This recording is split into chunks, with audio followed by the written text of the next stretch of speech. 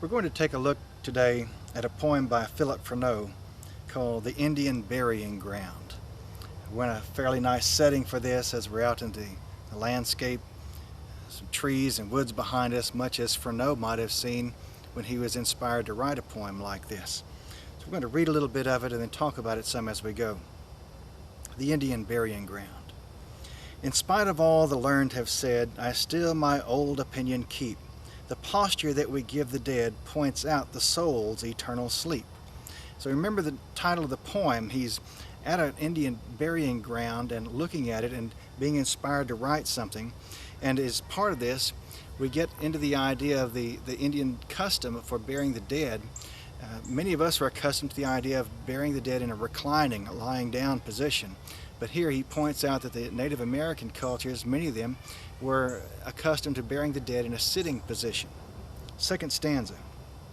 Not so the ancients of these lands. The Indian, when from life released, again is seated with his friends and shares again the joyous feast. His imagined birds and painted bowl and venison for a journey dressed bespeak the nature of the soul, activity that knows no rest. His bow for action ready bent, and arrows with a head of stone, can only mean that life is spent, and not the old ideas gone. So the idea here is that the Indian, the Native American, is buried with all of his artifacts with him, just as if he were going on to another life. And you may have even heard the term going on to the happy hunting ground in the sky or something like that. But that is in general the idea, that he is prepared for his next life, as he has his bow with him and his arrows with him and the things that he feels like he would need.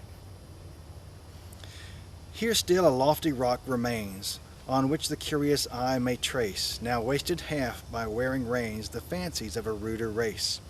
Here still an aged elm aspires, beneath whose far projecting shade, and which the shepherd still admires, the children of the forest played. There oft a restless Indian queen, pale Sheba with her braided hair, and many a barbarous form is seen to chide the man that lingers there. Again, remember, we're still talking about the Indian burying ground. By midnight moons or moistening dews, in habit for the chase arrayed, the hunter still the deer pursues, the hunter and the deer a shade. In other words, this is fancifulness on his part, imagining here, as he's in this Indian burying ground, that the deer are still roaming around, the Native Americans are still hunting the deer, and so on, the normal life activities.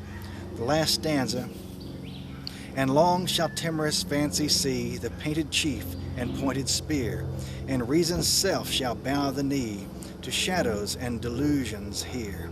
What's he getting at in that last stanza? And reason's self shall bow the knee to shadows and delusions here. The idea of the afterlife, according to Native American custom, might not have been something that he particularly accepted. And yet in this setting, he can see with this inspiration that he's willing to give way to reason and enjoy the mythology that's associated with this from his perspective, of course. And what is, after all, mythology except what we feel someone else believes, which is not necessarily accurate from our point of view, of course. So it would not be mythology from the Native American standard necessarily, but it would be perhaps from his.